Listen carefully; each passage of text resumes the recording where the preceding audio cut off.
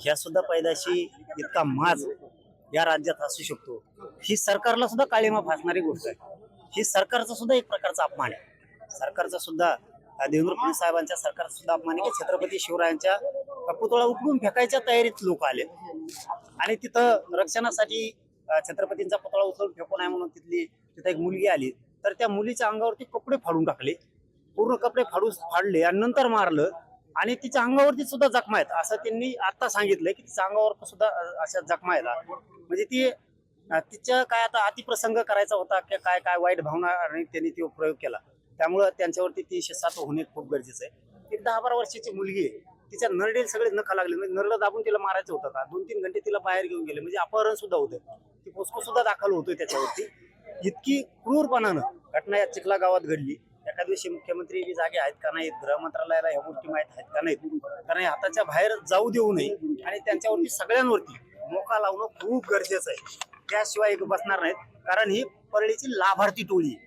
कारण त्यांच्या जाती सुद्धा चांगले लोक आहेत आणि यांना वाटतं जाती दंगल व्हावा आणि आम्हाला ती होऊ द्यायची नाहीये आणि यांचं स्वप्नच ते ह्या लाभार्थी टोळीचं. त्या टोळीतलीच इकडे काही लोक आहेत आणि ते हे प्रयत्न जाणून बुजून करतायत की जातीय तेढ, जातीय दंगली निर्माण झाल्या पाहिजेत.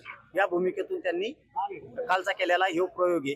शांत राज्य असताना सुद्धा दूषित करायचं काम यांच्या हातातून सुरू आहे, परंतु मुख्यमंत्र्यांनी याच्यात लक्ष घालून याची सखोल चौकशी करून इथल्या संबंधित काही अधिकारी होते त्यांनी का रोखलं नाही सुद्धा चौकशी झाली पाहिजे आणि ते दोषी आढळले नसतील तर त्यांना सुद्धा विनाकारण मग अधिकाऱ्यांना सुद्धा इथल्या असणाऱ्या कोणते कॉन्स्टेबल कोणते यांनाही त्रास देऊ नये, पण अगोदर चौकशी करा. ते जर आढळले तर त्यांना सुद्धा निलंबित केलंच पाहिजे, पण नाही आढळले तर काही जणांचं म्हणणं आहे त्यातल्या काही अधिकाऱ्यांनी सहकार्य केलंय, इथल्या पोलिसांनी काहींनी केलं नाही. त्याची चौकशी सुद्धा होणं खूप गरजेचं आहे आणि जर ही गुन्हे दाखल करून त्या आरोपींना आज सगळे गुन्हे म्हणतो आम्ही आज 5 वाजे 6 वाजेपर्यंत तर सगळे गुन्हे दाखल झाले नाही, म्हणजे 307 पासून ते पोस्को पासून अपहरणापासूनचे सगळे गुन्हे जर दाखल झाले नाही, डोक्यात दगड घालायचा प्रयत्न केला आहे, म्हणजे डोक्यात दगड घालून मारून टाकायचं ही प्रयोग होता. छत्रपतींची विटंबना केली गेली, ती यांना जातीय तेढ निर्माण करायचा होता, सामूहिक कट रचून हे आले होते. त्याच्यात 120 लागलाच पाहिजे, कारण यांनी सामूहिक तिकडं संगनमत केलं होतं आणि ती कट रचून तिथं सगळ्यांनी मिळून हल्ला केला, कारण यांना सगळ्यांना मोका लागतो. 120 खाली ते सगळेजण येतात.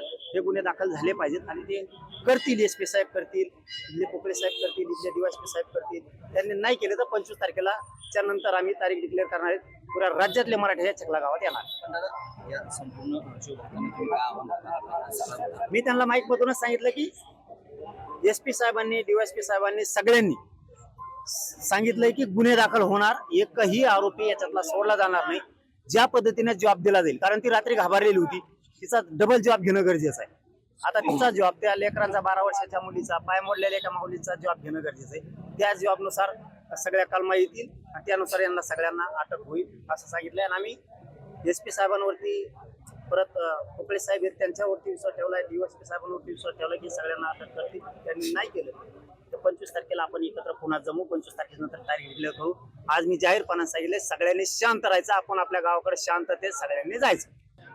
3 तारखेला अज्ञात व्यक्तींनी रात्री पुतळा बसवला होता. दुसऱ्या दिवशी 4 तारखेला आम्ही तो पुतळा पाहिला, परंतु गावातील काही पंजाबी समाजाच्या लोकांनी तो पुतळा काढण्यास सांगितलं. आम्ही सांगितलं की महाराज कोणाचे एकट्या मराठ्याचे किंवा कोणत्या जातीचे नव्हते, महाराज सगळ्यासाठी लढले होते आणि महाराज सगळ्याचे आपण महाराजाला ठेवू.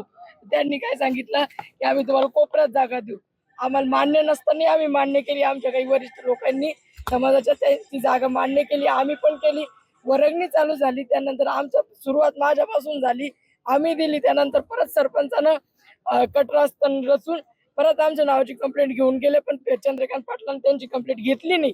त्याच्यानंतर त्यांनी मला धमकी दिली, तुला उचलून नेऊ, तुला मारून टाकू, जसं संतोष देशमुखाला केलं तसंच तुला करू असं सरपंचानं सांगितलं होतं मला. सरपंचांना, गजानन नागरेंना, नातासाहेब आहे ना, गणेश केदार यांनी सांगितलं होतं की तू संतोष देशमुखासारखंच तुला आम्ही मारू, तुला मेळही लागणार नाही, तुझ्या कोणालाच मेळ लागणार नाही. त्याच्यानंतर कालची घटना अशी होती की 4-5च्या टायमाला माझा भाऊ इकडे आला होता, त्यांच्या बाया माणसं जमलेले होते, आम्ही काय 4-5 जणच होतो घरी. मग आम्ही ते कहून आले म्हणून पुतळ्याजवळ कहून येत आहे म्हणून आलो होतो. त्याच इथपर्यंत बोलणं चालू होतं की शिवाजी महाराज नागराला बांधून नाला तोडून न्यायचं. मी सांगितलं मी होऊ देणार नाही. त्याच्यानंतर मी पुतळ्यासमोर बसले, माझ्या सोबतच्या काही महिला इथं बाहेर बाजूला बसल्या, माझ्या PSI इथं होते. PSI साहेबांनी आम्हाला परत प्रोटेक्ट केलं, पण सरपंचाच्या सांगण्यावरून आणि काही त्या लोकांच्या सांगण्यावरून त्यांच्या बायांना PSI ला घेरत घेऊन आणि सांगळे साहेबाच्या आणि सानप साहेबाच्या त्यांच्या दोघांच्या मार्गदर्शनाखाली त्या समाजानं आम्हाला मारलं. माझ्या अंगावरचे कपडे पाडले. मी त्याला पोलीसवाल्याला आणि हॉस्पिटलमध्ये डॉक्टरला दाखवलेलं आहे मग किती इंजुरी झालेली आहे, माझ्या शरीरावर किती नख मारलेले आहेत. त्यांनी लाथा मारल्या मला, त्यांनी बऱ्याच काही गोष्टी केल्या. माझ्यासोबत व्हिडिओ तर तुम्हाला सगळ्यापर्यंत पोहोचलेले आहे. माझी फक्त एवढीच मागणी की 2 पोलीसवाले सस्पेंड व्हा, त्यामध्ये ठाणेदाराचा काही रूल नाही. एक सानप आणि एक सांगळे पोलीसवाले दोन्ही सस्पेंड व्हा. आणि हे जेवढे मी नावं देईन, रात्री नावं कमी घेतले होते मॅडम म्हणे नंतर घेऊ असं मला त्यांनी सांगितलं होतं. मला परत स्टेटमेंट द्यायचंय, त्यांनी माझं स्टेटमेंट त्या घेणार आहेत. आणि मी जेवढे मला घेरून होते आणि माझ्या बहिणीलाही मारलेले आमचे सगळे प्रूफ आहे, आमच्याकडे टोटल व्हिडिओ आहे. त्या असं नाही की माझ्यावरच त्यांनी हात घातला, माझ्या बहिणीच्याही केस धरून मारलेलं आहे त्या पोराने. आणि मला तर असं मारलेलं आहे, तुम्ही फक्त माझा जीव वाचला. जर कधी सानप साहेब माझा मोठा भाऊ लुटत नव्हता तर राजू सोरणे नावाचा पोरगा माझ्या डोक्यात दगड पण घालत होता. त्याने दगड उचलला होता, जसं पाहताच माझ्या भावाने तो ढकलला म्हणून मी वाचले. नाही जसे आपले संतोष भाऊ गेले तशीच आज मी गेले असते, आज तुमच्या समोर नसते. तर माझी सर्व प्रशासनाला सगळं तुम्ही पत्रकार लोक सगळ्यात जास्त व्हायरल करा आणि त्याला पकडा आणि ते सजा द्या. असं नका करू की आज पकडलं आणि उद्या सोडा, असं नका होऊ देऊ. एवढीच माझी प्रशासनाला विनंती.